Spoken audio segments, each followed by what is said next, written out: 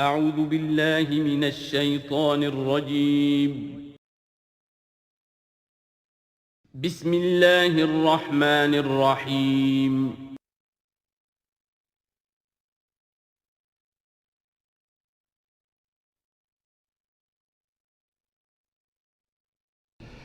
اعوذ باللہ من الشیطان الرجیم بسم اللہ الرحمن الرحیم وَاعْلَمُوا أَنَّمَا غَنِمْتُم مِّن شَيْءٍ فَأَنَّ لِلَّهِ خُمُسَهُ وَلِلرَّسُولِ وَلِذِي الْقُرْبَى وَالْيَتَامَى وَالْمَسَاكِينِ وَابْنِ السَّبِيلِ إِن كُنتُمْ آمَنتُم بِاللَّهِ وَمَا أَنزَلْنَا عَلَىٰ عَبْدِنَا يَوْمَ الْفُرْقَانِ يَوْمَ الْتَقَى الْجَمْعَانِ وَاللَّهُ عَلَىٰ كُلِّ شَيْءٍ قَدِيرٌ صدق اللہ العظیم۔ اب یہاں وہ مال غنیمت کا حکم بیان ہو رہا ہے۔ وَاعْلَمُوا جان لو انما غنمتم من شیء جو بھی غنیمت تمہیں حاصل ہوئی ہے، فَأَنَّ لِلَّهِ خُمُسَهُ تو اس کا خمس پانچواں حصہ تو اللہ کے لیے ہے، وَلِلرَّسُولِ اور رسول کے لیے ہے، وَلِذِي الْقُرْبَى اور رسول کے قرابت داروں کے لیے ہے۔ یہ بات سمجھ لیجئے یہاں اچھی طرح کہ در حقیقت حضور صلی اللہ علیہ وسلم کا جو معاش کا معاملہ تھا، جب تک آپ مکے میں تھے حضرت خدیجہ الکبریٰ رضی اللہ تعالی عنہ کی دولت جو ہے اس سے آپ کا کام چل رہا تھا، جو بھی بچا کچھا ان کا سرمایہ تھا۔ مدینے میں آ کر ظاہر بات ہے کہ اب آپ کے پاس اپنا کوئی ذریعہ معاش نہیں تھا، نہ آپ کوئی تجارت کرتے تھے، تو اب آپ کے اخراجات اور پھر یہ کہ آپ کے بھی قرابت دار ہیں، آپ کی ازواج مطہرات ہیں، ان کے اخراجات کہاں سے آئیں گے؟ تو مال غنیمت میں سے خمس جو ہے وہ اس کام کے لیے رکھ لیا گیا، گویا وہ بیت المال کا حصہ ہوگا، اور بیت المال ہی کفالت کرے گا حضور کی بھی اور حضور کے قرابت داروں کی بھی۔ اس کے علاوہ اس بیت المال میں یتامى والمساکین وابن السبیل، اس میں حصہ ہوگا یتیموں کے لیے بھی اور مساکین اور محتاجوں کے لیے بھی اور مسافروں کے لیے بھی۔ یہ گویا کہ پانچواں حصہ مال غنیمت کا تو ہو گیا، سرکار سمجھ لیجیے سرکاری ہو گیا، لیکن اس سرکار میں سب سے بڑا خرچ جو ہے وہ در حقیقت محمد رسول اللہ صلی اللہ علیہ وسلم کے ذاتی، آپ کے اخراجات، آپ کے ازواج مطہرات کا نان نفقہ، آپ کے قرابت داروں کا ذوی القربیٰ، جس میں آپ کو بھی تو ظاہر بات ہے کہ کچھ نہ کچھ صلہ رحمی آپ فرماتے تھے، تو اس کے لیے، اور یہ کہ یتیموں اور مساکین کے لیے وابن السبیل۔ ان کنتم آمنتم باللہ، اگر تم ایمان رکھتے ہو اللہ پر، وما انزلنا علی عبدنا اور اس شے پر جو ہم نے نازل کی اپنے بندے پر، یوم الفرقان فیصلے کے دن، یعنی جو شے نازل کی وہ ہے غیبی امداد، نصرت غیبی، جو فرشتے آئے۔ ظاہر بات ہے کہ وہ ایک ان سین جو ہے غیب کا معاملہ ہے، فرشتوں کو دیکھا تو کسی نے نہیں، تو جیسے وحی آتی تھی حضرت جبرائیل لے کر آتے تھے تو اس پر ایمان رکھتے ہو کہ یہ قرآن جو ہے اللہ کی طرف سے ہے، ایسے ہی تمہیں یقین ہونا چاہیے کہ اللہ تعالیٰ نے اپنا وہ وعدہ پورا فرمایا اور اللہ تعالیٰ نے فرشتے بھیجے۔ تو اگر تمہیں وہ یقین ہے تو پھر تم اس حکم کو پورے طور پر یوں سمجھیے کہ دلی طور پر اس کو قبول کرو، خوش دلی کے ساتھ پوری طریقے سے، کہ خمس جو ہے وہ تو اللہ اور اس کے رسول کا، بیت المال کا۔ بقیہ کے بارے میں حضور نے فرما دیا کہ 4/5 جو ہے یہ اب تقسیم ہو جائے گا مجاہدین کے درمیان۔ اس میں اس سے کوئی بحث نہیں ہے کہ کس نے کتنا جمع کیا، سارا مال ایک جگہ جمع ہوگا اور پھر اس کے حصے لگیں گے، چاہے کوئی پہرے پر تھا، جنگ کی نوبت ہی نہیں آئی، چاہے یہ کہ کوئی باقاعدہ جنگ میں کسی نے حصہ لیا، چاہے کسی نے مال غنیمت جمع کیا، چاہے نہیں کیا، جو بھی جنگ میں ہے ان کو برابر کا حصہ ملے گا۔ اس میں یہ ہے کہ جو سواریوں والے تھے انہیں دوہرا، اور جو پیدل تھے انہیں اکیرا، اس لیے کہ سواریاں اگر کسی کا اونٹ ہے، کسی کا گھوڑا ہے، 2 گھوڑے بھی تھے، تو ظاہر بات ہے کہ اس کے چارے وغیرہ کا بندوبست وہ خود اپنے پاس سے کرتا تھا، کوئی سپلائی لائنز تو آج کل کی جس طرح فوجوں کی ہوتی ہیں وہاں موجود نہیں تھی، لہذا جو مجاہد تھا کہ جو سوار تھا گھوڑے پر یا اونٹ پر، جس کا اپنا گھوڑا تھا، اپنا اونٹ تھا، اس کو دوہرا حصہ، اور جو عام پیادہ جو مجاہد تھا اس کو اکیرا۔ وَاعْلَمُوا أَنَّمَا غَنِمْتُم مِّن شَيْءٍ فَأَنَّ لِلَّهِ خُمُسَهُ وَلِلرَّسُولِ وَلِذِي الْقُرْبَى وَالْيَتَامَى والمساکین وابن السبیل ان کنتم آمنتم باللہ وما انزلنا علی عبدنا یوم الفرقان یوم التقى الجمعان، اس فرقان والے دن، فیصلے کے دن، جس دن کی 2 فوجیں بھڑ گئی تھیں۔ واللہ علی کل شیء قدیر، اور اللہ تعالیٰ ہر چیز پر قادر ہے۔ اذ انتم بالعدوۃ الدنیا وہم بالعدوۃ القصویٰ، اصل میں یہ جو وادی ہے جس میں بدر واقع ہوا ہے، یہ ایک گھاٹی سی ہے جو دونوں کناروں کے اوپر تو بہت تنگ ہے لیکن درمیان میں بہت کھل کر میدان بن جاتا ہے، اس کا ایک سرا جو ہے وہ شمال کی طرف نکل جاتا ہے اور وہ جا رہا ہے شام کی طرف، ایک سرا جنوب کی طرف ہے اور وہ جاتا ہے مکے کی طرف، ایک مشرق کی طرف آتا ہے کہ جو مدینے کی طرف آ رہا ہے۔ اور اکثر و بیشتر جو پہلے حاجی جاتے تھے وہ اسی راستے پر تھے، یہی راستہ تھا۔ اب تو جو نیا طریق الہجرہ بڑی اعلیٰ سڑک بن گئی ہے تو لوگوں کو ان مقامات سے گزرنے کا موقع نہیں ملتا، ورنہ بدر سے ہو کر ہی راستہ گزرتا تھا۔ تو ایسا ہوا ہے کہ اللہ تعالیٰ کی طرف سے ایسی اسکیم بن گئی، تدبیر ایسی ہو گئی کہ عین بر وقت پہنچے۔ وہ جو مدینے والا سرا تھا جو قریب تھا مدینے کے اس وادی کا، اس پر حضور پہنچے، اور عین اسی وقت جو دور والا سرا تھا، گھاٹی جہاں پہ ختم ہو رہی تھی جنوب کی طرف، وہاں وہ قریش بھی پہنچ گئے بر وقت۔ جب تم تھے ورلے کنارے پر اور وہ تھے پرلے کنارے پر، اذ انتم بالعدوۃ الدنیا، دنیا ادنا کا مؤنث ہے قریب تر، وہم بالعدوۃ القصویٰ، اور وہ تھے پرلے کنارے پر، والرکب اسفل منکم، اور وہ جو قافلہ تھا وہ تم سے نیچے تھا، نیچے ہو کر گزر گیا تھا، یعنی اس کے بعد پہاڑوں کی ایک رینج تھی اور اس کے بعد پھر تہامہ کا میدان تھا۔ تو ابو سفیان نے یہ کیا تھا کہ قافلے کو لے کر اس بدر کی گھاٹی میں داخل ہی نہیں ہوئے، ادھر سے تو وہ پیغام بھی بھیج دیا تاکہ فوج ادھر سے آئے، تاکہ مسلمانوں کی توجہ بھی ہو تو فوج کی طرف ہو جائے، اور اسی میں وہ داؤ لگا کر اپنے قافلے کو بچا کر نکال کر لے جائیں، اور وہ تہامہ میں ساحل کے ساتھ ساتھ ہو کر نکل بھی گئے۔ وَلَوْ تَوَاعَدْتُمْ لَاخْتَلَفْتُمْ فِي الْمِيعَادِ، اور اگر تم لوگوں نے آپس میں معاہدہ کیا ہوتا کہ فلاں وقت پر ہمیں پہنچنا ہے، ہو سکتا ہے کہ تم ایک ساتھ نہ پہنچ سکتے، اختلاف ہو جاتا، جیسے اپوائنٹمنٹ ہوتی ہے فلاں وقت پہ میں بھی پہنچوں گا آپ بھی پہنچ جائیں تو کچھ نہ کچھ آگے پیچھے ہو جاتا ہے۔ تو اگر تم طے کر کے بھی آتے تو اتنا نہ ہوتا جتنا کہ ہم نے اپنی مشیت اپنی تدبیر سے کر دیا کہ عین وقت پر تمہیں وہاں پہنچا دیا۔ اس کی وجہ کیا تھی؟ ہم چاہتے تھے کہ یہ ٹکراؤ ہو جائے اور یہ بات واضح ہو جائے کہ جان لیں اہل مکہ کہ اللہ تعالیٰ کی نصرت کس کے ساتھ ہے، اس کے عوام بھی سمجھ لیں۔ وَلَٰكِن لِيَقْضِيَ اللَّهُ أَمْرًا كَانَ مَفْعُولًا، لیکن یہ سب کچھ لیے ہوا تاکہ اللہ تعالیٰ طے کر دے وہ شے، فیصلہ کر دے کہ جو ہو کر رہنی ہے، كَانَ مَفْعُولًا لِيَهْلِكَ مَنْ هَلَكَ عَنْ بَيِّنَةٍ، تاکہ اب جسے ہلاک ہونا ہے وہ ہلاک ہو بات کے واضح ہو جانے کے بعد۔ اب بھی عوام کی اگر آنکھیں نہیں کھلتی تو پھر گویا کہ وہ پھر مورد الزام خود ہیں۔ اب ان کے سرداروں نے جو کچھ ان کی مت ماری تھی، اب آ کر اس موقع کے بعد ان کی آنکھیں کھل جانی چاہیے۔ اب بھی اگر کوئی ہلاک ہوتا ہے تو بات کے واضح ہونے کے بعد ہلاک ہو۔ لِيَهْلِكَ مَنْ هَلَكَ عَنْ بَيِّنَةٍ وَيَحْيَىٰ مَنْ حَيَّ عَنْ بَيِّنَةٍ، اور جسے جینا ہے، جس کی زندگی ہے روحانی زندگی، اور جو سیدھے راستے پر آنا چاہتا ہے وہ بھی اس بینہ کی بنا پر وہ سیدھے راستے پر آ جائے اور حیات معنوی حاصل کر لے۔ وَإِنَّ اللَّهَ سَمِيعٌ عَلِيمٌ، اور یقیناً اللہ سب کچھ سننے والا اور جاننے والا ہے۔ اِذْ يُرِيكَهُمُ اللَّهُ فِي مَنَامِكَ قَلِيلًا، جبکہ اللہ تعالیٰ آپ کو دکھا رہا تھا اے نبی ان کو آپ کی نیند میں کم۔ حضور نے خواب میں دیکھا کہ کوئی بڑی طاقت نہیں ہے، بڑی تھوڑی سی جمعیت ہے قریش کی جو آئی ہے، حالانکہ 1000 کا لشکر تھا۔ وَلَوْ أَرَاكَهُمْ كَثِيرًا، اور اگر آپ کو دکھایا ہوتا کہ وہ بڑی بڑی تعداد میں آ رہے ہیں، لَفَشِلْتُمْ، اور آپ نے وہ بات بتائی ہوتی صحابہ کرام کو، اپنے ساتھیوں کو، تو اے مسلمانوں پھر تم کمزوری دکھاتے، تم ڈھیلے پڑ جاتے۔ وَلَتَنَازَعْتُمْ فِي الْأَمْرِ، اور معاملے کے اندر پھر کوئی ایک اور تنازع کھڑا ہو جاتا کہ ہمیں یہاں جنگ کرنی بھی چاہیے کہ نہیں۔ وَلَٰكِنَّ اللَّهَ سَلَّمَ، لیکن اللہ تعالیٰ نے سلامتی پیدا فرما دی۔ إِنَّهُ عَلِيمٌ بِذَاتِ الصُّدُورِ، یقیناً وہ جو کچھ سینوں کے اندر ہے اس سے واقف ہے۔ اس کی توجہ یہ کی ہے مفسرین نے کہ اگرچہ نبی کا خواب جھوٹا نہیں ہو سکتا، یہ نہیں تھا کہ حضور کو جو خواب دکھایا گیا وہ غلط تھا، اصل میں ان کی جو معنوی حقیقت تھی وہ دکھا دی گئی۔ ایک ہے کسی شے کے اندر جو کمیت ہے، کوانٹیٹیو ایلیمنٹ ہے اس کا،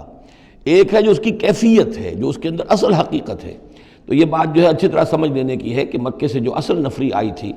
وہ تو ان عوام الناس کی تھی کہ جن کو بارے میں جن کو معلوم تھا کہ محمد ہمارے بہترین آدمی ہیں صلی اللہ علیہ وسلم،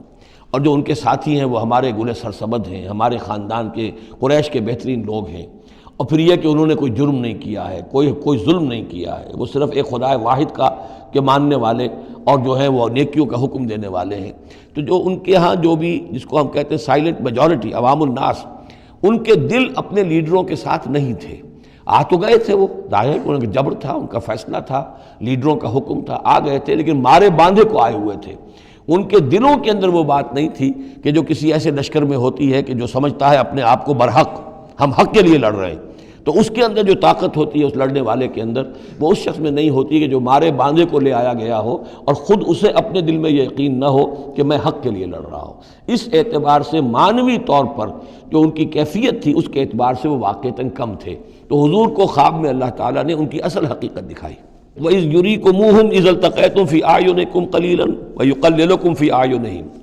مزید برآں اللہ نے یہ کیا کہ جب دونوں لشکر ٹکرائے ہیں تو ایسی کیفیت پیدا کر دی کہ مسلمانوں کو بھی وہ تھوڑے لگ رہے تھے کہ کوئی زیادہ لوگ نہیں ہیں، اور انہیں بھی مسلمان تھوڑے نظر آ رہے تھے۔ یعنی یہ کہ ہر صورت اللہ نے ایسی بنا دی تھی کہ جنگ ہو اور ڈٹ کر ہو، تاکہ یہ صورتحال جو ہے یوم الفرقان ہونا اس کا بالکل واضح ہو جائے۔ اگر کسی وجہ سے وہ کرنی کترا جاتا معاملہ اور جنگ نہ ہوتی، مقابلہ نہ ہوتا، تو جس طریقے سے کہ اللہ اس کو فیصلہ کن دن بنا دینا چاہتا تھا، یوم الفرقان فیصلے کا دن، وہ صورتحال پیدا نہ ہوتی۔ لِيَقْضِيَ اللَّهُ أَمْرًا كَانَ مَفْعُولًا، تاکہ اللہ پورا کر دے اس معاملے کو کہ جو ہونے والا ہی تھا۔ وَإِلَى اللَّهِ تُرْجَعُ الْأُمُورُ، اور تمام معاملات بالآخر تو اللہ ہی کی طرف لوٹا دیے جائیں گے۔ یا ایھا الذین آمنوا اذا لقیتم فئۃ فاثبتوا، اے اہل ایمان جب بھی اب تمہارا، اب چونکہ دور شروع ہو گیا ہے، اب تمہاری جد و جہد جو ہے وہ آخری مرحلے میں داخل ہو چکی ہے، مسلح تصادم کا آغاز ہو چکا ہے، اور یہ تو ابھی پہلی جنگ ہے، ابھی جنگیں اور آنی ہیں، اگلے ہی سال غزوہ احد ہو گیا۔ جب بھی تمہارا مقابلہ ہو کسی فوج سے فاثبتوا، پہلا حکم تو یہ ہے کہ پھر ثابت قدم رہو، قدم جمائے رکھو۔ دوسرا حکم وَاذْكُرُوا اللَّهَ كَثِيرًا، اور اللہ کا ذکر کرو کثرت کے ساتھ، لعلکم تفلحون، تاکہ تم فلاح پاؤ۔ تمہاری جو طاقت ہے وہ اللہ تعالیٰ کے بھروسے پر ہے۔ وَاصْبِرْ وَمَا صَبْرُكَ إِلَّا بِاللَّهِ، ایک بندہ مومن کا صبر جو ہے وہ اللہ کے بھروسے پر ہے، لہذا اللہ یاد رہے گا، اللہ کے ساتھ قلبی تعلق، روحانی تعلق استوار ہوگا تو تم ثابت قدم رہو گے، اور اگر اللہ کے رشتہ ٹوٹ گیا، قلبی رشتہ، روحانی رشتہ، تو پھر تمہارے اندر جان نہیں ہوگی۔ اور تیسرا حکم لعلکم تفلحون، تاکہ تم مراد پاؤ، اور تیسرا حکم اطیعوا اللہ ورسولہ، اور دیکھو تیسرا حکم یہ ہے کہ جو ڈسپلن ہے اس کی پابندی کرو، حکم مانو اللہ کا اور اس کے رسول کا۔ اب ویسے تو یہاں اللہ کا حکم بھی کہا گیا ہے، لیکن ظاہر بات ہے کہ وہاں تو ہر وقت جو حکم آتا تھا وہ رسول کا حکم آتا تھا، اس لیے کہ قرآن بھی آ رہا ہے تو رسول کی زبان سے ادا ہو رہا ہے، اور رسول اپنی جانب سے اپنی اجتہاد کے تحت، اپنی رائے کے تحت، اپنی تدبیر کے تحت کوئی رائے دے رہے ہیں تو بھی حضور کی زبان مبارک سے ادا ہو رہا ہے۔ تو ویسے کہنے کو یہ اللہ اور اس کے رسول کی اطاعت کرو، لیکن عملاً وہ رسول اطاعت بن جاتی ہے۔ بمصطفیٰ برساں خویش را کہ دی ہمہ اوست، واطیعوا اللہ ورسولہ ولا تنازعوا، اور دیکھو آپس میں جھگڑو نہیں۔ یہی وہ الفاظ آئے ہیں جو سورہ آل عمران میں ہم پڑھ چکے ہیں۔ وَلَقَدْ صَدَقَكُمُ اللَّهُ وَعْدَهُ إِذْ تَحُسُّونَهُم بِإِذْنِهِ حَتَّىٰ إِذَا فَشِلْتُمْ وَتَنَازَعْتُمْ فِي الْأَمْرِ وَعَصَيْتُم مِّن بَعْدِ مَا أَرَاكُم مَّا تُحِبُّونَ۔ اب یہ ایک سال بعد ہونے والا ہے، یہ ایک سال پہلے ان سے کہا جا رہا ہے نظم کی پابندی کرو، اطاعت رسول پر کاربند رہو، ولا تنازعوا، اختلاف نہ کرو، جھگڑا نہ ڈالو، فتفشلوا، تو تم ڈھیلے پڑ جاؤ گے، وتذهب ريحكم، اور تمہاری ہوا اکھڑ جائے گی، واصبروا، اور ثابت قدم رہو، ان اللہ مع الصابرین، یقیناً اللہ تعالیٰ صابروں کے ساتھ ہے، اللہ کی نصرت، تائید اہل صبر کے ساتھ ہے۔ ولا تکونوا کالذین خرجوا من دیارہم بطرا ورئاء الناس، ان لوگوں کے مانند نہ ہو جانا کبھی جو نکلے تھے اپنے گھروں سے اتراتے ہوئے، اینٹتے ہوئے، اکڑتے ہوئے لوگوں کو دکھانے کے لیے۔ یہ وہ قریش کا لشکر جب چلا ہے تو ابو جہل نے جو بھی ساز و سامان کیا تھا اس کے لیے ڈھول ڈھمکا بھی تھا، اور اس کے ساتھ جو ہے ہر طرح کا لاؤ لشکر، تو وہ تو جا رہے تھے بالکل اس خیال سے کہ فتح ہماری ہے ہی ہے، اور ہم مسل کر رکھ دیں گے، جیسے مچھر کو مسل دیا جاتا ہے۔ یہ مسلمان ہیں ہی کتنے،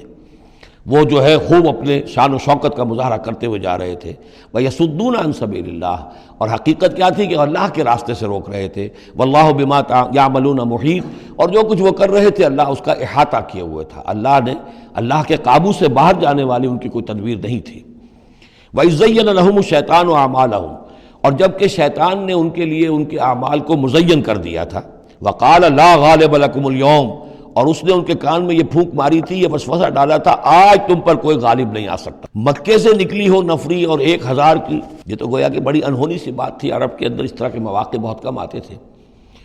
لا غالب لکم اليوم من الناس، کوئی انسانوں میں سے تم پر غالب نہیں آ سکتا۔ وانی جار لکم، اور میں بھی تمہارے ساتھ ہی ہوں۔ فلما تراءت الفئتان، اور جب لشکروں، دونوں لشکروں نے ایک دوسرے کو دیکھا، آمنے سامنے ہوئی، نکص علی عقبیہ، تو وہ شیطان اپنی ایڑیوں کے بل پیچھے مڑ گیا، بھاگا۔ وقال، اور اس نے کہا انی بریء منکم، میں تم سے لا تعلق ہوں، میرا تم سے کوئی تعلق نہیں، انی ارا ما لا ترون، میں وہ کچھ دیکھ رہا ہوں جو تم نہیں دیکھ رہے۔ فرشتوں کو دیکھنا جو ہے، چونکہ یہ بھی ناری مخلوق ہے، نور اور نار میں بڑا قرب ہے، نوری مخلوق ہے ملائکہ اور ناری مخلوق ہے جن، اور یہ جن ہے عزازیل ابلیس، تو اس کو نظر آ گیا فرشتے آ رہے ہیں۔ انی ارا ما لا ترون، میں وہ کچھ دیکھ رہا ہوں جو تم نہیں دیکھ سکتے، انی اخاف اللہ، مجھے اللہ کا خوف ہے، واللہ شدید العقاب، اور اللہ سزا دینے میں بہت سخت ہے۔ اذ یقول المنافقون والذین فی قلوبہم مرض، اب یہ ایک نقشہ تو یہ تھا کہ جب چلے آ رہے تھے قریش کا لشکر لے کر ابو جہل اور اس کے ساتھی سردار، اور ادھر شیطان بھی ان کو پہلے تو پیٹھ ٹھوکتا ہوا آ رہا ہے، اور عین وقت پر جو ہے وہ ان کو ساتھ چھوڑ کر بھاگا ہے۔ ادھر جب مدینے کے اندر اب جہاں وہاں سے مسلمان چلے تھے، حضور چلے تھے، تو جو کوئی منافق پیچھے رہ گئے تھے وہ اب باتیں کر رہے تھے۔ اذ یقول المنافقون والذین فی قلوبہم مرض، جبکہ کہہ رہے تھے وہ منافق لوگ اور وہ لوگ کہ جن کے دلوں میں روگ تھا، غر ہؤلاء دینہم، ان مسلمانوں کو تو ان کے دین نے بالکل دھوکے میں ڈال دیا ہے، مت ماری گئی ہے، دماغ خراب ہو گیا ہے، قریش سے ٹکرانے چلے ہیں، ان کی عقل جواب دے گئی ہے۔ ہم تو پہلے بھی سمجھتے تھے کہ یہ سفہاء ہیں، بے وقوف ہیں، احمق ہیں، لیکن اب تو معلوم ہوتا ہے کہ سرے سے مت ماری گئی۔ غر ہؤلاء دینہم، ان کے دین نے ان کی مت مار دی۔ ومن یتوکل علی اللہ فإن اللہ عزیز حکیم، انہیں کیا پتا کہ جو کوئی توکل کرے اللہ پر تو اللہ تعالیٰ زبردست ہے، حکمت والا۔ وَلَوْ تَرَىٰ يَتَوَفَّى الَّذِينَ كَفَرُوا الْمَلَائِكَةُ، اور کاش تم دیکھ سکتے جب کہ قبض کرتے ہیں فرشتے ان کافروں کو، ان کی جانوں کو، یضربون وجوہہم، ان کے چہروں پر ضرب لگاتے ہوئے، وادبارہم، اور ان کی پیٹھوں پر، وذوقوا عذاب الحریق، اور کہتے ہیں اب چکھو جلنے کا عذاب، ذالک بما قدمت ایدیکم، اور یہ وہ کچھ ہے جو تمہارے اپنے ہاتھوں نے آگے بھیجا ہے، وان اللہ لیس بظلام للعبید، اور یہ کہ اللہ تو ہرگز اپنے بندوں کے حق میں ظالم نہیں ہے، ظلم کرنے والا نہیں ہے۔ کداب آل فرعون والذین من قبلہم، جیسے کہ معاملہ ہوا آل فرعون کا اور ان کا جو ان سے پہلے تھے۔ آل فرعون سے پہلے قوم شعیب سے پہلے صدوم اور عمورہ کی بستیاں، ان سے پہلے قوم سمود، ان سے پہلے قوم عاد، ان سے پہلے قوم نوح، یہ ہم سورہ اعراف کے اندر یہ ساری چیزیں پڑھ کر آئے۔ کداب آل فرعون والذین من قبلہم کفروا بآیات اللہ، انہوں نے بھی اللہ کی آیات کا کفر کیا، فأخذہم اللہ بذنوبہم، تو اللہ نے پکڑ لیا انہیں ان کے گناہوں کی پاداش میں۔ ان اللہ قوی شدید العقاب، یقیناً اللہ تعالیٰ قوی ہے، قوت والا ہے، زور آور ہے، اور سزا دینے میں سخت ہے۔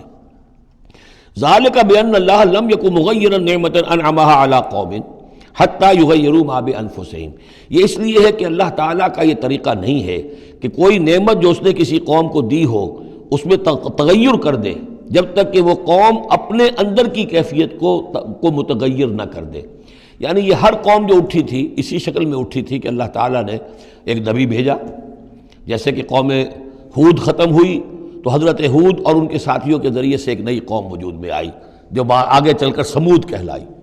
تو یہ لوگ کون تھے؟ یہ لوگ تھے جن کو اللہ نے نعمت دی تھی، انعام دیا تھا، احسان کیا تھا، ایمان انہیں ملا تھا، لیکن جب انہوں نے اپنی اس نعمتوں کو بدل دیا،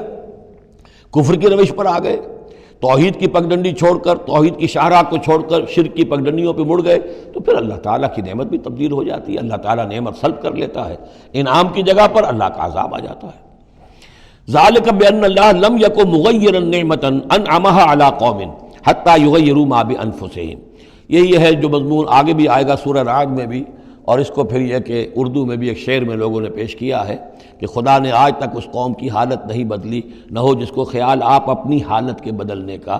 قوموں کے اپنے اندر کے حالات بدلتے ہیں تو پھر تقدیر بدلتی ہے، صرف خواہش سے، وشفل تھنکنگ سے، امانی سے کوئی بات نہیں ہوا کرتی۔ اور قوم ظاہر بات ہے کہ افراد پر مشتمل ہوتی ہے، پہلے کچھ افراد بدلیں گے، ان کے اندر قلب ماہیت ہوگی، ان کا باطن بدلے گا، ان کی سوچ، ان کے نظریات، ان کے خیالات، ان کے مقاصد، ان کی دلچسپیاں، ان کی امنگیں تبدیل ہو جائیں گی۔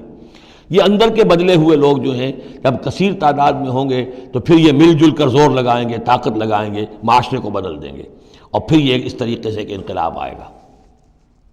چون بجاں در رفت جہاں دیگر شود، جہاں چو دیگر شد جہاں دیگر شود، جب یہ قرآن کسی کے اندر اتر جاتا ہے اس کے اندر ایک تبدیلی آ جاتی ہے، بالکل بدل جاتا ہے انسان اندرونی طور پر، اور یہ اندرونی تبدیلی ہے جو عالمی انقلاب تک ممتد ہو سکتی ہے۔ وَأَنَّ اللَّهَ سَمِيعٌ عَلِيمٌ، اللہ سب کچھ سننے والا جاننے والا ہے۔ کذاب آل فرعون، جیسے کہ دستور تھا یا ہوا معاملہ آل فرعون کا، والذین من قبلہم، اور جو ان سے پہلے تھے، کذبوا بآیات ربہم، انہوں نے اپنے رب کی آیات کو جھٹلایا، فأہلکناہم بذنوبہم، تو ہم نے ان کو ہلاک کر دیا ان کے گناہوں کی پاداش میں، وأغرقنا آل فرعون، اور آل فرعون کو ہم نے غرق کر دیا، وَكُلٌّ كَانُوا ظَالِمِينَ، اور یہ سب کے سب ظالم تھے۔ ان شر الدواب عند اللہ الذین کفروا فہم لا یؤمنون، بدترین چوپائے اللہ کے نزدیک یہی لوگ ہیں اللہ کے نزدیک جو کفر کرتے ہیں اور وہ ایمان نہیں لاتے۔ یعنی وہی جو آیت ہم پڑھ چکے سورہ اعراف میں کہ یہ لوگ انسان نظر آتے ہیں، حقیقت میں انسان نہیں ہیں۔ لہم قلوب لا یفقہون بہا ولہم اعین لا یبصرون بہا ولہم آذان لا یسمعون بہا اولئک کالانعام بل ہم اضل،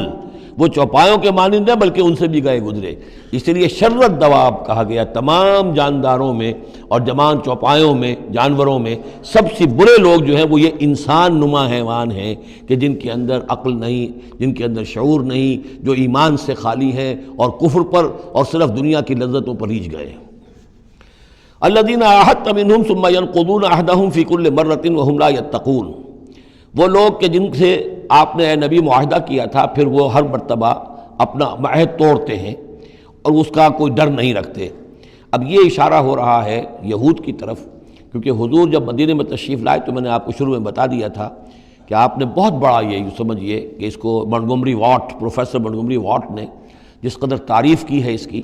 اور سارے جتنے بھی الفاظ ہو سکتے تھے انگریزی زبان میں، اسٹیٹسمین شپ کہ حضور کا معاملہ، فہمی کا معاملہ، تدبر کا معاملہ، سیاست کو سمجھنے کا معاملہ، اس کی بہت بڑی بات یہ ہے کہ آپ نے یہودی قبائل جو تھے تینوں ان کو معاہدوں میں جکڑ لیا۔ تو یہ ایک بہت بڑا آپ کا کارنامہ تھا، لیکن اب ظاہر بات ہے جکڑے تو وہ گئے، اندر سے وہ دشمنی کرتے تھے، ساز باز کرتے تھے۔ اوپر معاہدہ ہے، اندر سے ساز باز چل رہی ہے، پیغامات بھیجے جا رہے ہیں قریش کو کہ کیا کر رہے ہیں آپ لوگ، کیوں دیر کر رہے ہیں، کیوں نہیں حملہ کرتے، ہم اندر سے آپ کی مدد کریں گے۔ تو یہ خدمت ابھی چل رہی تھی۔ تو فرمایا الذین عاہدت منہم ثم ینقضون عہدہم، وہ لوگ کہ جن سے نبی آپ نے عہد کیا، معاہدے کیے، اور وہ یہ کہ اپنے معاہدے توڑ رہے ہیں، فی کل مرۃ، ہر بار، وہم لا یتقون، اور وہ ڈرتے نہیں ہیں۔ فإما تثقفنہم فی الحرب، تو اگر آپ پا جائیں انہیں جنگ میں، فشرد بہم من خلفہم، تو ان کو ایسی سزا دیجئے کہ جو پیچھے ہیں ان کے ہوش ٹھکانے آ جائیں، لعلہم یذکرون، تاکہ انہیں عبرت حاصل ہو جائے۔ یعنی یہ کہ اب ایک تو یہ ہے کہ وہ کوئی صرف ان کی جو ہے وہ وہاں سے خطوط جا آ رہے ہیں، پیغام رسانی ہو رہی ہے، لیکن کہیں اگر ان میں اس کا کوئی شخص جنگ میں بھی پکڑا جائے، واقعتاً وہ جنگ میں شریک ہو جائے، قریش کی طرف سے آ جائے اور پکڑا جائے، تو پھر اس کو وہ سزا دیجئے کہ جو ایک کی سزا جو ہے وہ سینکڑوں کے ہوش ٹھکانے کر دے۔ یہ ہے مطلب۔ وَإِمَّا تَثْقَفَنَّهُمْ فِي الْحَرْبِ فَشَرِّدْ بِهِمْ، ایسی سزا ان کو دیجئے من خلفہم کے جو ان سے پیچھے ہیں ان کے بھی ہوش ٹھکانے ہو جائیں، لعلہم یذکرون، شاید کہ پھر وہ نصیحت پکڑ لیں۔ وَإِمَّا تَخَافَنَّ مِنْ قَوْمٍ خِيَانَةً، اور اگر آپ کسی کو قومی سطح پر اندیشہ ہو جائے آپ کو کسی سے کہ وہ خیانت پر اتر آئی ہے، یعنی ایک ہے انڈیویجول ایکٹس، بنو قریظہ کا کوئی شخص ہے جو کام کر رہا ہے، بنو قریظہ کا سردار کہے گا صاحب مجھے کیا معلوم، یہ ایک شخص کا انڈیویجول معاملہ ہے، اس نے کوئی خط لکھ دیا ہوگا قریش کو یا کوئی سلسلہ جرمانی کیا ہوگا، لیکن یہ ہمارا اجتماعی معاملہ نہیں ہے، ہم معاہدے کے پابند ہیں۔ بنو قینقاع کا کوئی شخص ہے اس نے کر دیا، تو اس کے لیے تو پہلا حکم آ گیا، وہ کہیں اگر مل جائے، جنگ میں مل جائے، کیونکہ ویسے تو اسے ہاتھ نہیں لگا سکتے، معاہدہ ہے ان کے ساتھ، تو معاہدہ ہے، اس کو کیا سزا دیں گے، لیکن یہ کہ جنگ میں کہیں آ جائے، اتنی جرأت کر جائے تو پھر اس کو وہ سزا دیجیے گا کہ جو پیچھے بیٹھے ہوئے ہیں، جو ڈورے ہلا رہے ہیں، تارے ہلا رہے ہیں، ان کو بھی ہوش ٹھکانے آ جائے۔ لیکن یہ کہ اگر آپ کو اندیشہ ہو جائے کہ کوئی قبیلہ جو ہے وہ خلاف ورزی کرنے پر اتر آیا ہے، خیانت کرنے پر اتر آیا ہے، وَإِمَّا تَخَافَنَّ مِنْ قَوْمٍ خِيَانَةً، کسی کی طرف سے خیانت کا آپ کو اندیشہ ہی ہو جائے، فَانبِذْ إِلَيْهِمْ عَلَىٰ سَوَاءٍ، تو پھر پھینک دیجئے ان کی طرف کھلم کھلا، یعنی پھر معاہدے کو ایبروگیٹ کیجئے، کہہ دیجئے کہ آج سے ہمارا کوئی معاہدہ نہیں۔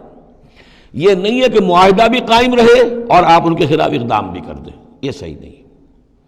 اس لیے کہ یہ مقام جو ہے اخلاقی اعتبار سے بھی غلط ہے، اور خاص طور پر آپ کا مقام، مقام نبوت، اس کے اعتبار سے کسی درجے میں بھی نہیں ہے کہ کسی قوم کے ساتھ معاہدہ بھی ہے،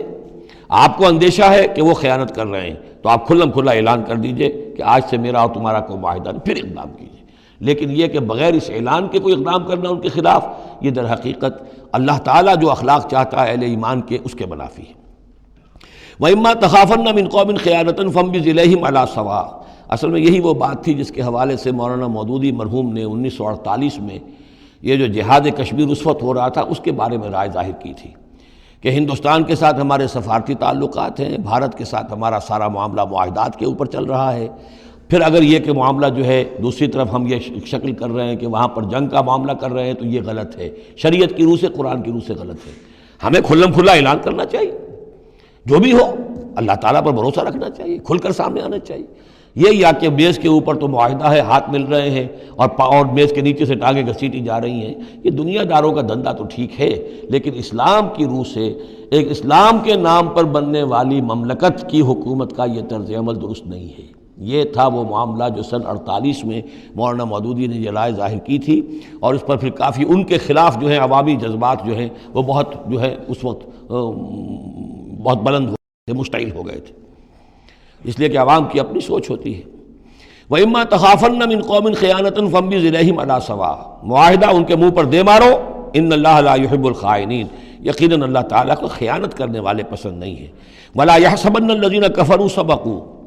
اور نہ سمجھے وہ لوگ جنہوں نے کفر کیا ہے کہ وہ بچ نکلے ہیں، یعنی یہ کہ اب اگر کچھ لوگ بچ کے بھی تو چلے گئے نا، آخر 1000 کی نفری آئی تھی، انہم لا یعجزون، یہ جو بچ کر چلے گئے وہ یہ نہ سمجھے کہ وہ اللہ کو عاجز کر دیں گے، وہ عاجز نہیں کر سکیں گے۔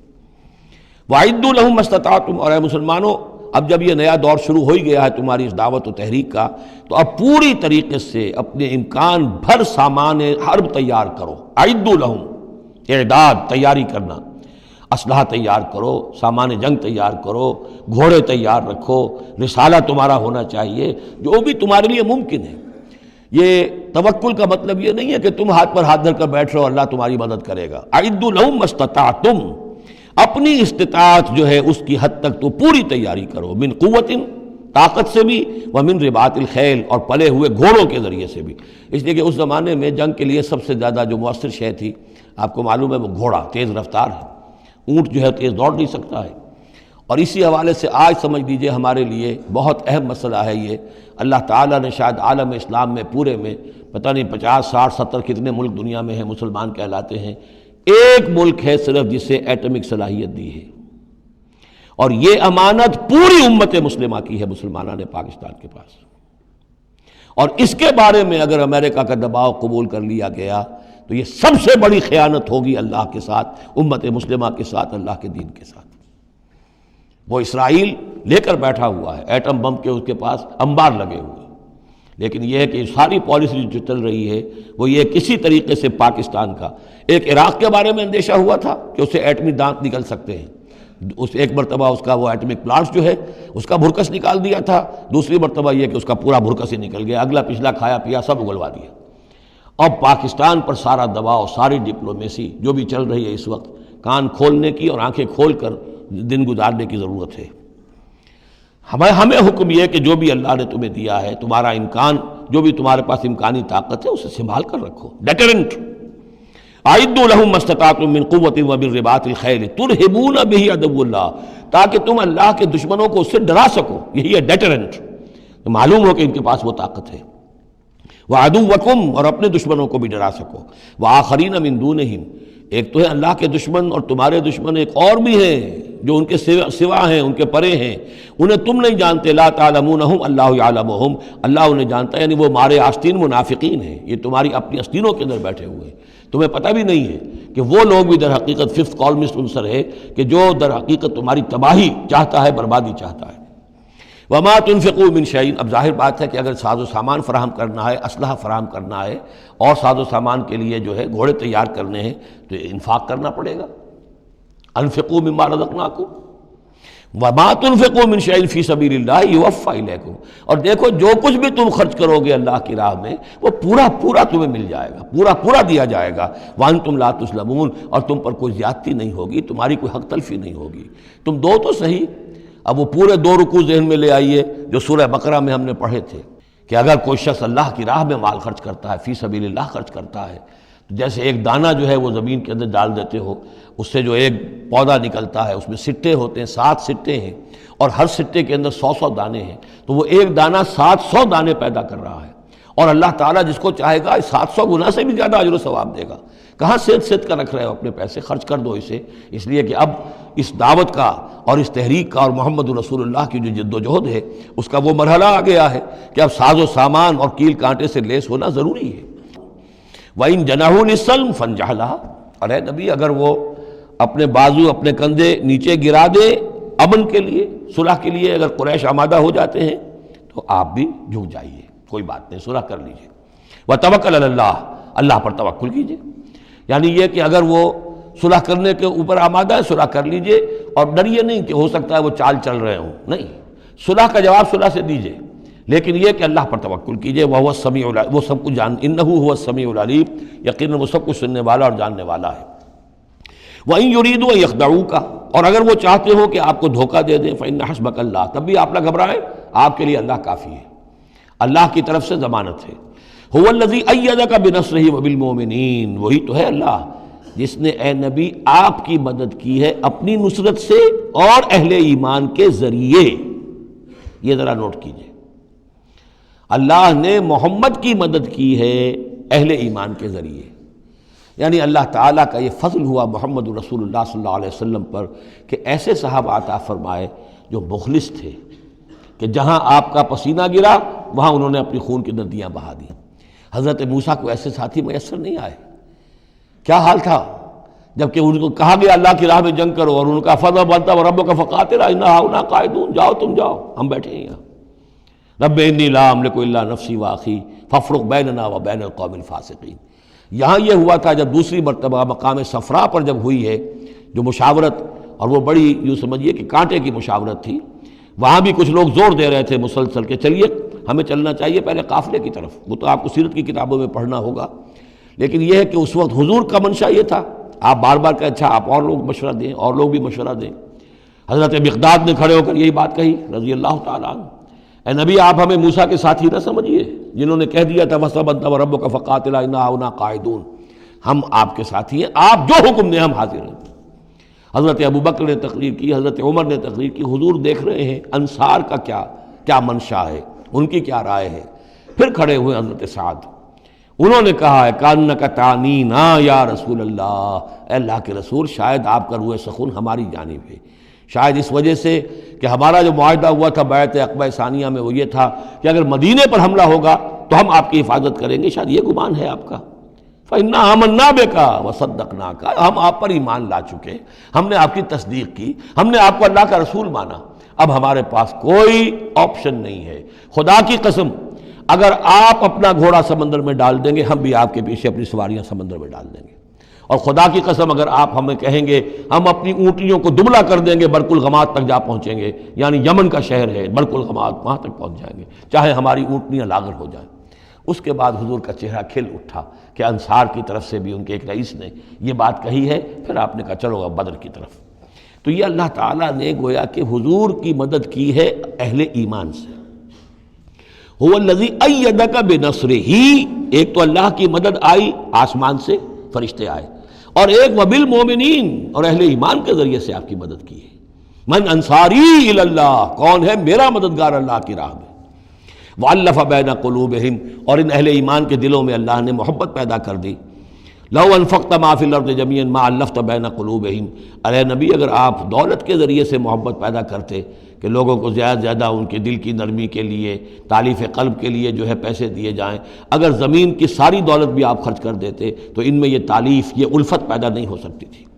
وَلَٰكِنَّ اللَّهَ أَلَّفَ بَيْنَهُمْ، یہ تو اللہ تعالیٰ ہی نے ان کے مابین یہ الفت پیدا کر دی ہے۔ یہ ہم سورہ آل عمران میں بھی پڑھ چکے ہیں کہ تمہارا معاملہ جو ہے اذ کنتم اعداء فالف بین قلوبکم فاصبحتم بنعمتہ اخوانا، آیت نمبر 103 ہے سورہ آل عمران کی۔ وکنتم علی شفا حفرۃ من النار فانقذکم منها کذالک یبین اللہ لکم آیاتہ لعلکم تہتدون، تم تو تباہی کے آگ کے گڑھے کے کنارے تک پہنچ چکے تھے۔ ولیکن اللہ الف بینہم انہ عزیز حکیم، یقیناً وہ زبردست ہے حکمت والا۔ یا ایھا النبی حسبک اللہ ومن اتبعک من المؤمنین، اے نبی آپ کے لیے اللہ کافی ہے اور وہ کہ جو پیروی کر رہے ہیں آپ کی اہل ایمان میں سے۔ ایک ترجمہ تو اس کا یہ ہوگا، یعنی جو اگر اوپر والی آیت کے ساتھ اس کو جوڑے، ایک یہ بھی ہو سکتا ہے اے نبی اللہ کافی ہے آپ کے لیے بھی، اور جو آپ کی پیروی کرنے والے ہیں مسلمان ان کے لیے بھی، ان کے لیے بھی اللہ کفایت کرتا ہے، ان کی مدد کے لیے، ان کو سہارا دینے کے لیے۔ تو یہ ایسی کنسٹرکشن ہے جملے کی کہ دونوں معنی لیے جا سکتے ہیں۔ یا ایھا النبی حرض المؤمنین علی القتال، اب یہ تحریض کا لفظ پھر آ گیا جو سورہ نساء میں ہم پڑھ چکے ہیں، وحرض المؤمنین علی القتال، اے نبی شوق دلائیے، ترغیب دلائیے، ابھاریے ایمان کے جذبات کو، ذرا اپیل کیجئے اہل ایمان کے کہ وہ قتال پر آمادہ ہوں۔ یہ میں آپ کو بتا چکا ہوں کہ اعلان عام اس طریقے کا کہ فرض ہے جنگ میں نکلنا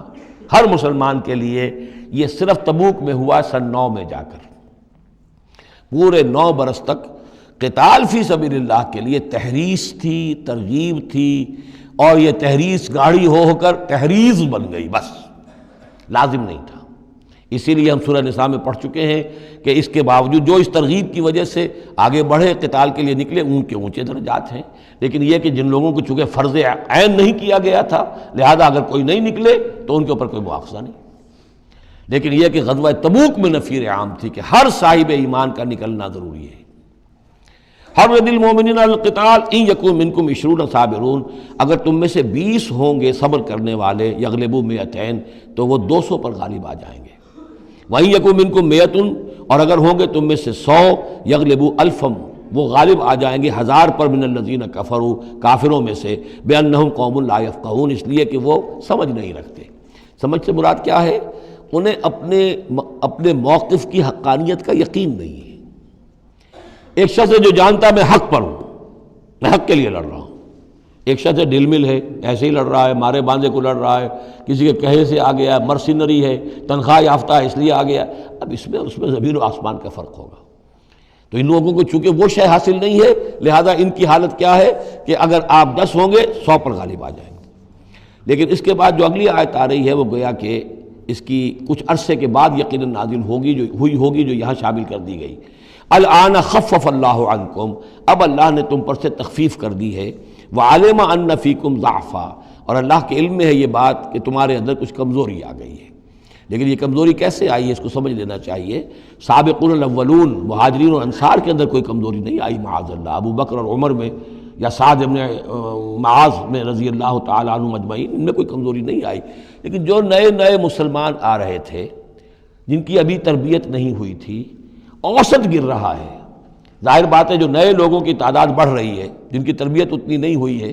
جن کے اندر ایمان ابھی اتنا گہرا نہیں اترا ہے، اتنا راسخ نہیں ہوا ہے،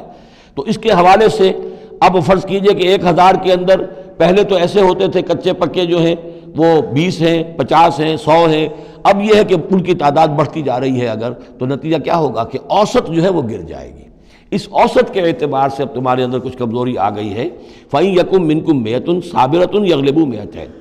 اب بھی یہ ہے کہ اگر تمہارے اندر 100 ہوں گے کہ جو صبر کرنے والے ہوں گے وہ 200 پر غالب آ جائیں گے۔ وَإِن يَكُن مِّنكُم 1000، اور اگر تم میں سے 1000 ہوں گے يَغْلِبُوا 2000 بِإِذْنِ اللَّهِ، تو وہ 2000 پر غالب آ جائیں گے اللہ کے اذن سے۔ وَاللَّهُ مَعَ الصَّابِرِينَ، اور یقیناً اللہ صبر کرنے والوں کے ساتھ ہے۔ مَا كَانَ لِنَبِيٍّ أَن يَكُونَ لَهُ أَسْرَىٰ، اب یہ ایک اور بہت نازک معاملہ ہوا جو غزوہ بدر کے بعد، کہ وہ جو 70 قیدی پکڑے گئے ان کا کیا کیا جائے۔ جو قریش کے 70 قیدی، اب اس کی ایک شکل تو یہ تھی، مشاورت کی حضور نے، حضرت ابو بکر کی ایک رائے تھی، حضور کی اپنی رائے بھی وہی تھی، اس لیے کہ جو مزاج حضور کا تھا، آپ شفیق، نرم، رؤوف، رقیق القلب، یہی معاملہ حضرت ابو بکر کا تھا۔ حضرت عمر تھے سخت، اشدہم فی امر اللہ عمر، حضرت عمر کی یہ رائے تھی کہ ان سب کو قتل کر دینا چاہیے، اگر ہم نے فدیہ لے کر یا معاف کر دیا ویسے ہی چھوڑ دیا یہ پھر دوبارہ آئیں گے، کفر کو تقویت حاصل ہوگی۔ تو اس کو تو جب تک کہ کفر کی کمر ٹوٹ نہ جائے، یہ سانپ جو ہے جب تک کہ پوری طرح کچلا نہ جائے اس وقت تک جو ہے ہمیں کوئی نرمی نہیں کرنی چاہیے، بلکہ وہ اس حد تک تھے کہ ہم میں سے یہ جو قیدی آئے ہیں جو ان کے قریب ترین عزیز ہوں، بس مہاجرین کے اندر وہ لوگ موجود تھے، قریش کے جو لوگ پکڑے گئے ہیں تو مہاجرین جو تھے یہاں صحابہ کرام وہ بھی تو قرشی تھے، تو اپنے قریب ترین عزیزوں کو اپنے ہاتھ سے قتل کریں، یہ حضرت عمر کی رائے تھی۔ حضور صلی اللہ علیہ وسلم کی رائے اور حضرت ابوبکر کی رائے بھی یہ تھی کہ نہیں، نرمی کی جائے، فدیہ لے کر چھوڑ دیا جائے۔ فیصلہ ہو گیا، اس پر عمل ہو گیا، لیکن پھر جو یہ آیت اتری ہے یہ پھر بہت سخت ہے، اس میں اس فیصلے کو غلط قرار دیا گیا۔ اگرچہ فیصلہ ہو گیا ٹھیک ہے، لیکن یہ کہ اس کے اوپر گرفت ہوئی ہے کہ یہ نہیں ہونا چاہیے تھا۔ یہ مضمون بنیادی طور پر یہ سورہ محمد میں آئے گا صلی اللہ علیہ وسلم، اور وہاں تفصیل کے ساتھ اس کی پوری بات آ چکی ہے۔ اور چونکہ سورہ محمد سورہ بقرہ سے بھی پہلے نازل ہو چکی تھی، سورۃ القتال، اس حوالے سے یہ بات جو ہے بہت اہم ہے کہ اس میں یہ قاعدہ قانون آ چکا تھا۔ اس کے باوجود اس بات کا ہو جانا یہ گویا کہ ایک طرح سے ایک کوتاہی ہوئی ہے، وقتی طور پر نظر انداز ہو گیا اللہ تعالیٰ کا مستقل حکم۔ ما کان لنبی ان یکون لہ اسریٰ، کسی نبی کے لیے یہ جائز نہیں ہے کہ اس کے پاس قیدی ہوں، حتی یسخن فی الارض، جب تک کہ زمین کے اندر خوب خونریزی نہ ہو لے، یعنی باطل کی کمر نہ توڑی جا چکی ہو، اس وقت تک قیدی رکھنا۔ قیدی رکھنے کا مطلب تو ہے کہ وہ زندہ رہیں گے، آج نہیں تو کل انہیں چھوڑنا پڑے گا، آپ چھوڑیں گے ان کو، وہ پھر کفر کی تقویت کا باعث بنیں گے۔ تریدون عرض الدنیا، تم دنیا کا ساز و سامان چاہتے ہو، یعنی فدیہ ملے گا، مال ملے گا۔ اب یہ ظاہر بات ہے کہ نہ حضور کی یہ نیت ہو سکتی تھی معاذ اللہ، اور نہ حضرت ابوبکر کی، لیکن اللہ تعالیٰ کا معاملہ ہے، جب وہ اپنے نبیوں کے اوپر بھی کبھی گرفت کرتا ہے تو بظاہر الفاظ بڑے سخت ہوتے ہیں، بظاہر بڑے سخت ہوتے ہیں، تو اس کے اندر وہ سختی موجود ہے۔ ظاہر بات ہے کہ یہ بات نہ حضور کے لیے نہ حضرت ابوبکر کے لیے۔ تریدون عرض الدنیا، تم دنیا کا سامان چاہتے ہو، واللہ یرید الآخرہ، اللہ کے پیش نظر آخرت ہے۔ سورہ محمد کی آیت نمبر 4 میں یہ پورا قانون آئے گا، ہم وہاں پڑھ لیں گے۔ واللہ عزیز حکیم، اور اللہ تعالی عزیز اور حکیم ہے۔ لولا کتاب من اللہ سبقہ، اگر نہ ہوتی بات اللہ کی طرف سے جو پہلے سے آ چکی تھی، یعنی سورہ محمد کی آیت نمبر 4، اس میں ایک امکان نکلتا تھا اس کی تعبیر کا، اگرچہ تعبیر کے اندر میرے نزدیک غلطی ہوئی ہے، لیکن پھر بھی ایک اس کے اندر امکان موجود تھا جس کو کہ استعمال کیا ہے محمد الرسول اللہ صلی اللہ علیہ وسلم سے۔ لولا کتاب من اللہ سبقہ، اگر یہ اللہ تعالیٰ کی طرف سے بات پہلے سے طے نہ ہو چکی ہوتی، لمسکم فیما اخذتم عذاب عظیم، تو جو کچھ تم نے یہ فدیہ وغیرہ لیا ہے اس پر تم پر بڑا سخت عذاب آتا۔ قانون ہم سورہ محمد میں پڑھیں گے کہ وہ کیا تھا، اور اس کی انٹرپریٹیشن کے اندر یہاں حضور نے کس جگہ سے گنجائش نکالی۔ دیکھیے ہوتا یہ ہے کہ آپ کا رجحان نرمی کا ہے تو آپ ایک ہی بات کے اندر سے نرم پہلو نکال لیں گے، جیسے کہ میں نے عرض کیا تھا کہ جو لوگ کے سنتے ہیں الذین یستمعون القول فیتبعون احسنہ، وہ لوگ کہ جو کسی بات کو سن کر پھر پیروی کرتے ہیں اس میں سے بہترین کی، جو بھی اس میں اعلیٰ ترین درجہ ہے اس تک پہنچنے کی کوشش کرتے ہیں۔ لیکن طبیعت کے اندر جب نرمی تھی تو اس نرمی کی وجہ سے حضور نے اس کے اندر ایک اپنے لیے گنجائش نکال لی، لیکن چونکہ اس آیت کے اندر وہ گنجائش واقعتاً موجود ہے، لہذا فرمایا اگر وہ نہ ہوا ہوتا، لولا کتاب من اللہ سبقہ، اگر وہ آیت پہلے نازل نہ ہو چکی ہوتی، لمسکم فیما اخذتم عذاب عظیم، تو تم پر جو بھی تم نے لیا ہے یہ فدیہ وغیرہ، اس پر تم پر بڑی سخت پکڑ ہوتی اور عذاب آتا۔ روایات میں آتا ہے کہ حضور بھی اور حضرت ابوبکر بھی دونوں پھر اس آیت کے نزول کے بعد روتے رہے ہیں کہ ہم سے یہ خطا ہوئی ہے۔ بہرحال خطا اجتہادی ہے، کوئی غلط اس طرح کی نہیں ہے کہ کسی صریح حکم کی خلاف ورزی کی گئی ہو، وہ یہ ہے کہ جو بھی اس میں رعایت رکھی گئی تھی اس کو آپ نے اپنے اجتہاد سے اس کے اندر سے جو بھی نرمی کا پہلو تھا وہ نکال دیا۔ فَكُلُوا مِمَّا غَنِمْتُمْ حَلَالًا طَيِّبًا، تو اب کھاؤ جو تمہیں ملا ہے غنیمت۔ غنیمت میں وہ بھی ہے جو عین جنگ کے موقع پر مال غنیمت ملا، اور جو فدیہ اب مل رہا ہے وہ بھی غنیمت ہے۔ حلالاً طیبہ، کھاؤ، اس میں کوئی اب تمہیں ہچکچاہٹ نہ ہو، حلال اور طیب ستھرا۔ واتقوا اللہ، اللہ کا تقوی اختیار کرو، ان اللہ غفور الرحیم، یقیناً اللہ تعالیٰ بخشنے والا رحم فرمانے والا ہے۔ یا ایھا النبی قل لمن فی ایدیکم من الاسریٰ، اے نبی کہہ دیجئے ان لوگوں سے جو آپ کے قبضے میں ہیں قیدی۔ اب قیدیوں میں جان لیجئے حضرت عباس ابن عبد المطلب بھی تھے رضی اللہ عنہ، جو حضور کے چچا تھے۔ گمان غالب یہ ہے کہ وہ ایمان تو لا چکے تھے، اپنے ایمان کا اعلان نہیں کیا تھا، لہذا جنگ میں کفار کے ساتھ ہو کر آئے تھے، وہ بھی گرفتار تھے۔ اور بھی کچھ لوگ تھے کہ جن کے بارے میں حضور جانتے تھے کہ یہ لوگ جو ہے اپنی دلی خواہش سے نہیں آئے ہیں، بلکہ یہ کہ اپنے سرداروں کے دباؤ کی وجہ سے آئے ہیں، لیکن قانون تو قانون ہے، تو اس طریقے کا معاملہ جب ہوا ہے، اور پھر حضور کے اپنے اقدامات، وہ قیدی ہیں ابو العاص، ان کی بڑی صاحبزادی زینب رضی اللہ تعالی عنہا نے پھر ان کے لیے اپنا وہ ہار بھیجا ہے جو حضرت خدیجہ نے انہیں شادی کے موقع پر دیا تھا۔ تو یہ ایسی کیفیات ہیں، ہم جب پڑھتے ہیں ان چیزوں کے تو ہمارے لیے تو ایک تعلق جو ہے وہ ایک ماضی کی تاریخ کے قصوں کی ہے۔ وہاں تو یہ خونی رشتے بھی تھے، تعلقات بھی تھے، ایک ہی خاندان ہے، ایک ہی قبیلہ ہے، اسی کے لوگ آئے ہوئے ہیں۔ تو اب حضور کے دل میں جو ہے اس وقت سنا یہ ہے کہ جب رات کے وقت کراہ رہے تھے حضرت عباس، انہیں باندھا ہوا تھا، سخت ظاہر بات ہے قیدیوں کو جکڑا ہوا ہے رسیوں کے اندر، تو ان کے جو کچھ اتنا بند تھے کہ سخت تھے، وہ جو بند تھے جن میں بندھے ہوئے تھے کہ کراہ رہے تھے، تو حضور نے کہا تمام قیدیوں کے بند ڈھیلے کر دو۔ یہ نہیں کہا کہ صرف عباس کا بند ڈھیلا کر دو، بلکہ آپ نے ان کی کراہنے کی آواز سن کر پھر آپ نے فرمایا سب کے بند ڈھیلے کرو، اتنا سخت ان کو نہ باندھو۔ تو اس طرح کا معاملہ جو ہے اس کو ذہن میں رکھیے۔ یا ایھا النبی قل لمن فی ایدیکم من الاسریٰ، کہہ دیجئے ان سے جو آپ کے ہاتھ میں اب قیدی ہیں، ان یعلم اللہ فی قلوبکم خیرا، دیکھو اگر جو کچھ تمہارے دلوں میں ہے اللہ کے علم میں ہے کہ وہ خیر ہے، یؤتکم خیرا مما اخذ منکم، تو جو کچھ تم سے اس وقت لیا گیا ہے اس سے بہتر اللہ تمہیں دے دے گا۔ یعنی یہ کہ نیت کا معاملہ تمہارا اور اللہ کے مابین ہے، ہمارا معاملہ قانون کا ہے۔ تم آئے کفار کے ساتھ جنگ کرتے ہوئے آئے ہو، پکڑے گئے ہو، اب ان میں کوئی ڈسکریمنیشن نہیں ہو سکتی۔ کوئی شخص کہے کہ نہیں صاحب میں تو مجبوراً آیا تھا، اور میں تو کسی کے کہنے میں آیا تھا، اور میں تو حقیقت میں تو اسلام لا چکا تھا، یہ بات جو ہے اب نہیں چلے گی۔ لہذا یہ ضرور ہے کہ اگر تمہارے دل میں کوئی خیر ہے، کوئی بھلائی ہے، اور اس وقت یہ کہ تم سمجھتے ہو کہ تم اس صورتحال میں مجبوراً پھنس گئے ہو اور تمہیں فدیہ ادا کرنا پڑ رہا ہے، تو اللہ تعالیٰ تمہیں اس سے کہیں زیادہ دے دے گا کہ جو آج تمہیں فدیے میں دینا پڑ رہا ہے۔ ظاہر بات ہے کہ وہاں بیویوں کو خبریں پہنچی، انہوں نے اپنے زیور بھیجے ہیں، حضرت زینب رضی اللہ تعالی عنہا نے بھی اپنا زیور بھیجا، ہار بھیجا ہے، اور حضور کی آنکھوں میں آنسو آ گئے جب آپ نے وہ ہار دیکھا، حضرت خدیجہ کا ہار رضی اللہ تعالی عنہ۔ وہ پوری زندگی جو آپ کی گزری تھی حضرت خدیجہ کے ساتھ، وہ ساری آنکھوں میں نگاہوں کے سامنے آ گئی، جو ان کی وفاداری تھی اور جو انہوں نے خدمت کی تھی، وفا شعاری کی تھی۔ تو اس کے بعد مسلمانوں سے کہا کہ یہ ماں کی یادگار تھی بیٹی کے پاس، اگر آپ لوگ اجازت دیں تو یہ اس کو واپس کر دیا جائے۔ تو اس کو پھر لوگوں کی اجازت سے وہ ہار واپس کیا گیا۔ تو یہ سارے جو جذباتی معاملات تھے ان کو اچھے سے سمجھیے کہ ہم پڑھتے ہوئے ان چیزوں کو سمجھتے ہیں کہ جیسے ایک بس تاریخ کا ایک واقعہ ہے، اس کے ساتھ جو احساسات، جذبات، جو اس کے ساتھ اور فوری جو اس وقت کی کیفیات تھی، اس کا ہمارے لیے اکثر و بیشتر تو ممکن ہی نہیں کہ تصور کر سکیں۔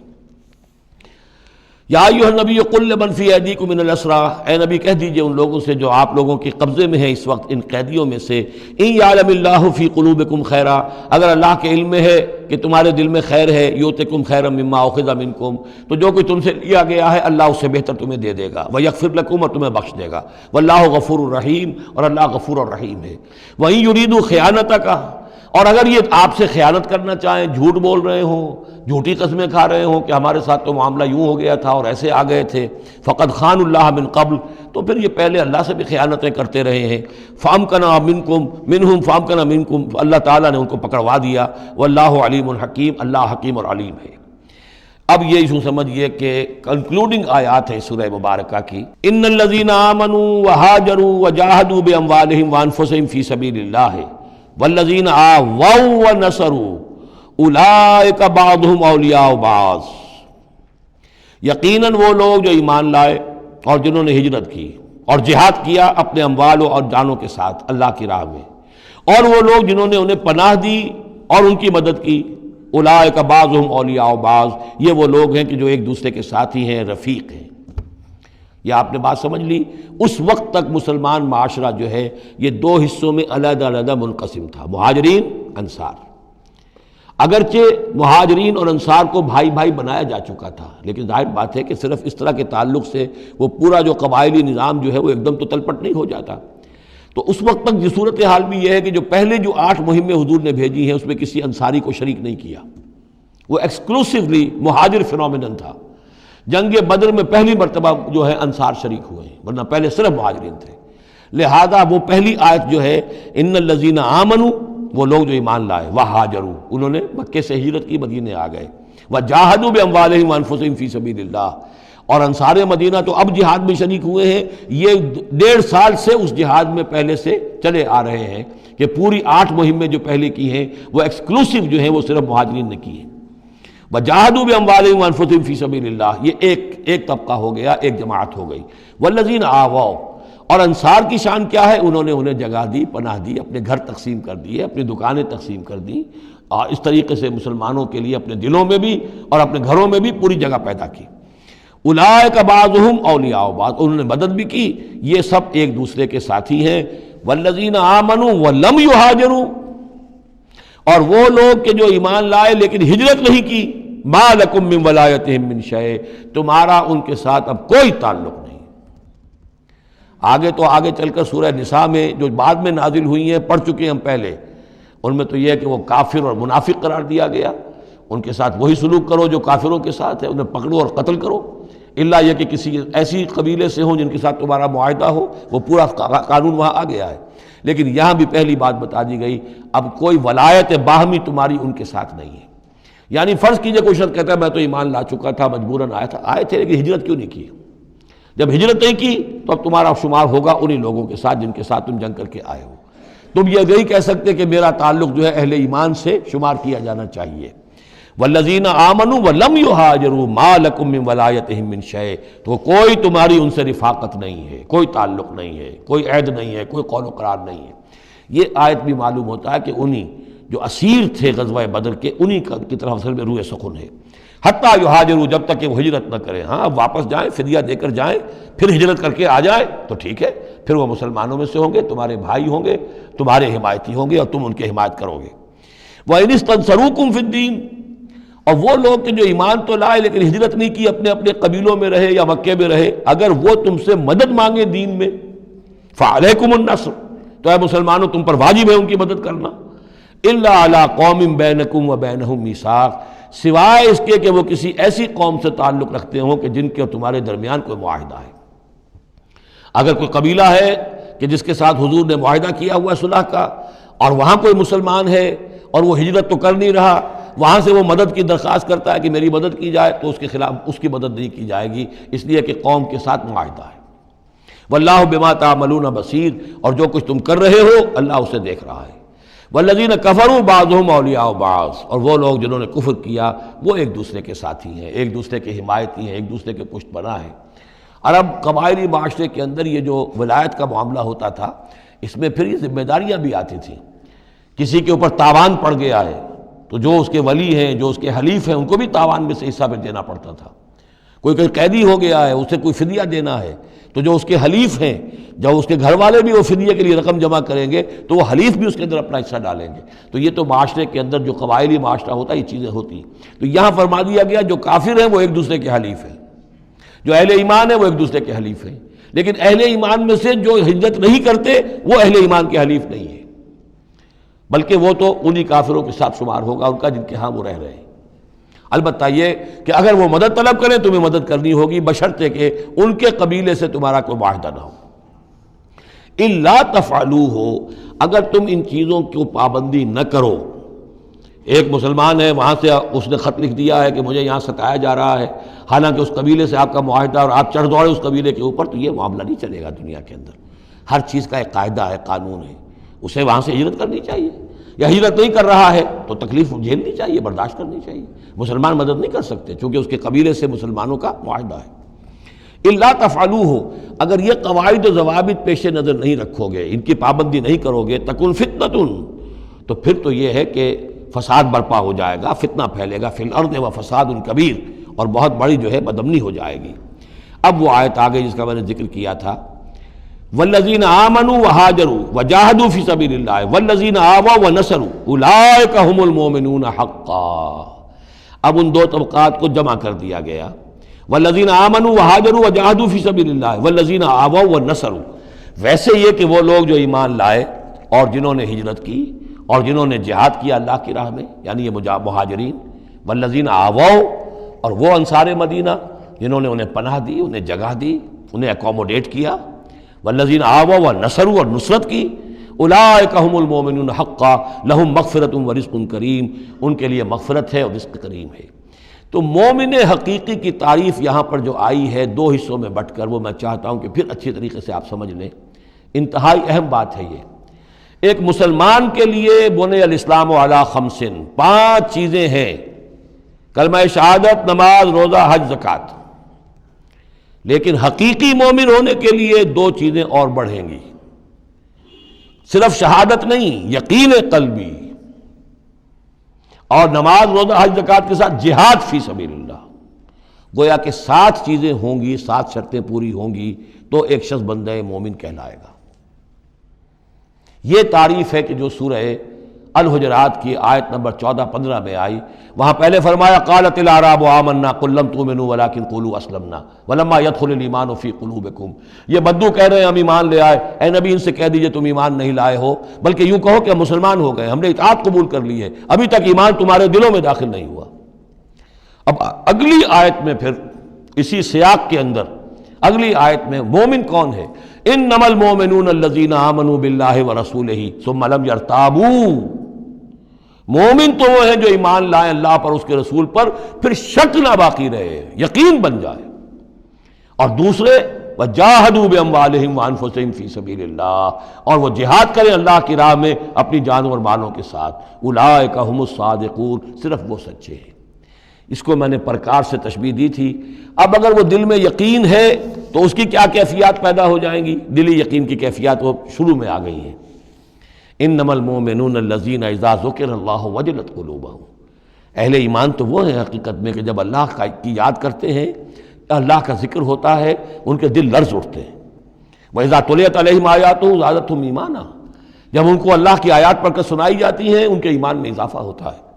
وَعَلَىٰ رَبِّهِمْ يَتَوَكَّلُونَ، ان کا توکل، ان کا بھروسہ کل کا کل اللہ کی ذات پر ہے۔ الذین یقیمون الصلاۃ ومما رزقناہم ينفقون، اور وہ لوگ جو نماز قائم کرتے ہیں اور انفاق کرتے ہیں اللہ کی راہ میں اس میں سے جو ہم نے دیا۔ اولئک ھم المؤمنون حقا، یہ ہے سچے مومن، پکے مومن۔ لیکن یہ مومن کی شخصیت کی تصویر کا ایک رخ ہے۔ بدقسمتی سے ہمارے ہاں یہ 2 رخ علیحدہ ہو گئے۔ معاملہ یہ ہے کہ یہ ہے ایک ورق،